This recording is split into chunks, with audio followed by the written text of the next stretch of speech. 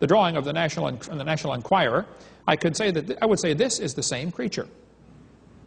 I didn't tell anybody for fear they would think I was nuts. I was working for Pratt & Whitney Aircraft Company with high security.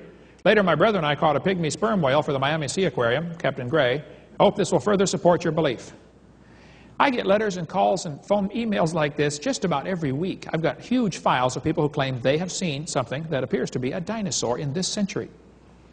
There's a big lake between New York and Vermont called Lake Champlain. Many folks claim they've seen the Lake Champlain monster. I talked to Sandy Mancy that took this picture. I said, Sandy, do you think you saw a dinosaur? She said, oh no, I know I saw a dinosaur. She and her husband and 2 kids watched it for 10 minutes. We'll put at the end of this tape her interview that I did with her, describing the creature she saw, a plesiosaurus. 58 people in Lake Champlain saw what appeared to be a creature 30 to 35 feet long, swimming off the port side of the boat, 200 feet away. They saw it for 5 minutes. The skipper said, don't tell me it's a fish. If it was, it weighed 3,000 or 5,000 pounds. Discover magazine ran that article. There are stories in the Bible of dragons in the sea. The dragon in the sea, mentioned in Isaiah 27. In Pensacola, Florida, where I live, back in 1963, 5 teenagers, older teenagers, decided to go scuba diving on the Massachusetts. One of them came back. He made that sketch. He was frantic. He said, that thing ate my 4 friends. Here's the story as he told it. They were scuba diving on a sunken ship called the Massachusetts. I've got page after page after page of interviews, stories and things about this creature, but he said, we were an Air Force rescue raft bound for a sunken ship a few miles off the coast. Midway out, we got caught in a storm and dragged out to sea. When the storm cleared, we were in a dense fog. We began to hear strange noises, rather like the splashing of a porpoise. Also, a sickening odor like dead fish. The noise got closer to the raft, and we heard a loud hissing sound. Out in the fog, we saw what looked like a long pole about 10 feet high, sticking straight up out of the water. On top was a bulb-like structure. He said it bent in the middle and went under. It appeared several more times, getting closer to the raft. The silence was broken once again by something out of the fog. I can only describe it as a high-pitched whine. We panicked. All 5 of us put on our fins and went into the water.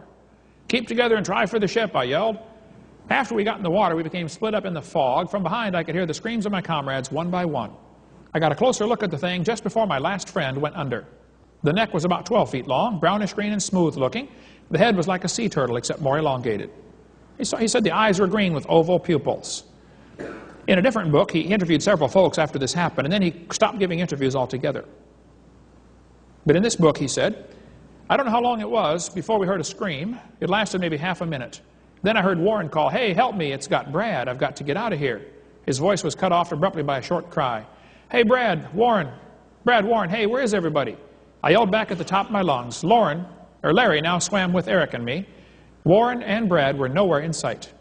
Right next to Eric, that telephone pole-like figure broke water. I could see the long neck and 2 small eyes. The mouth opened and it bent over. It dove on top of Eric, dragging him under. I screamed and began to swim past the ship. My insides were shaking uncontrollably. That's the sketch of what ate his friends. He said, the next morning I was found by the rescue unit. I shared this story at a meeting one time when I was speaking in Fort Walton Beach, Florida, not far from my house. Edward McClary was the only survivor. After I shared the story, a lady came to me after and she said, Mr. Hovind, my name is Val Bill.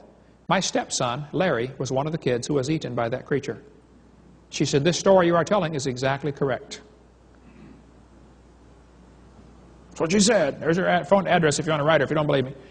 Down the river, down the bay from us, or down the beach from us, is Panama City, Florida, about 100 miles away. I was speaking down there, and a youth director came to me afterwards. He said, Brother Hovind, I'm a youth director at a Lutheran church. He said, my youth group was in the van driving across the bridge in Panama City, and we saw a creature just like that one you've got in your book down there.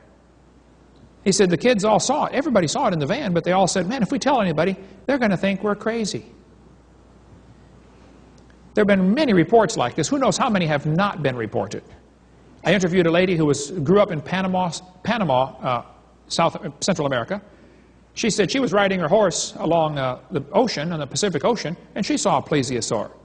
She's married to a pastor who's a Baptist pastor in Arkansas now. I interviewed her, been several winters ago.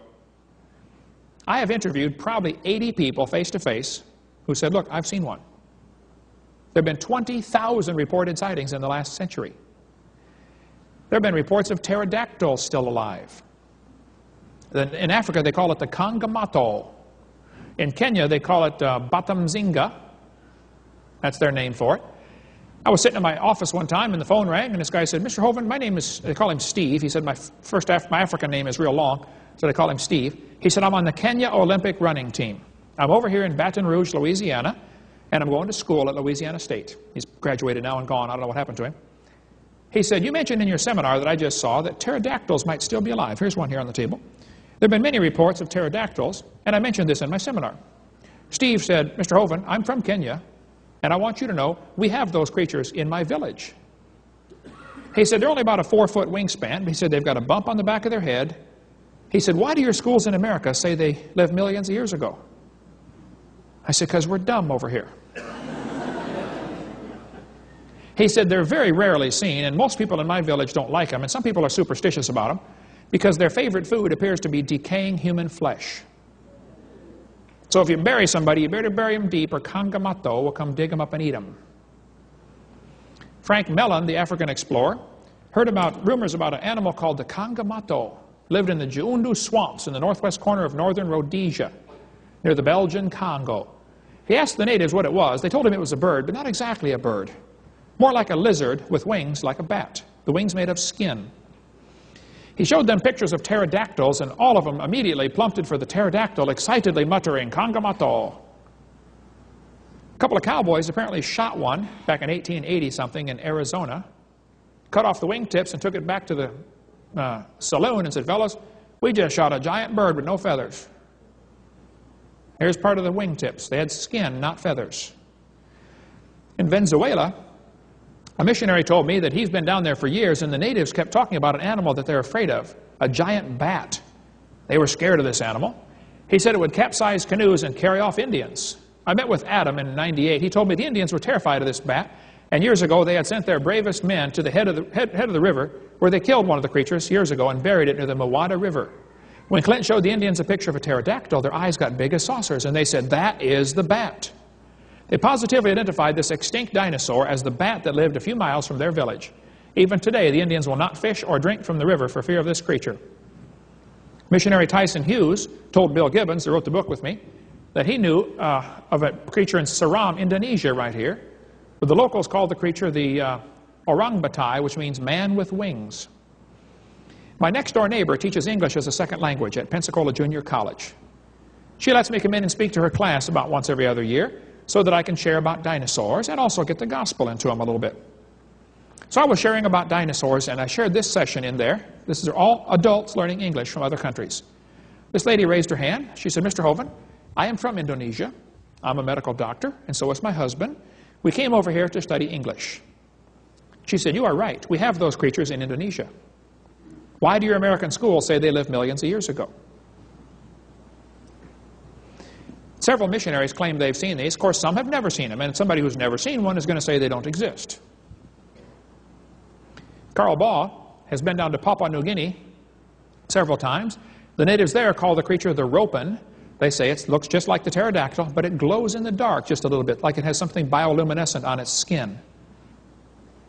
Several missionaries have said they saw this creature and it has a slight glow to it. Charlie Knight told me he saw one in Washington, near Spokane, Washington. Giant bird was seen off the coast of Alaska about a year ago. How many heard about that one? The 14-foot wingspan. A lot of folks on this airplane saw this thing flying right along past the airplane. Not past it, but it's flying in that region. And nobody knows for sure what it was yet. It hasn't been seen since, as far as I know. I have lots and lots of stuff on this topic. A couple of things in real quick here. The Indians out west used to have a story about the thunderbird. They told all the settlers that came out, they said, oh, be careful of the thunderbird. It's a giant bird. They said, why do you call it the thunderbird? They said, oh, a Sioux Indian party years ago saw one get hit by lightning and fall to the ground. It took them 3 days to find it. When they found this thing, the buzzards had picked it clean, but it had a 20-foot wingspan and a bony bump on the back of its head.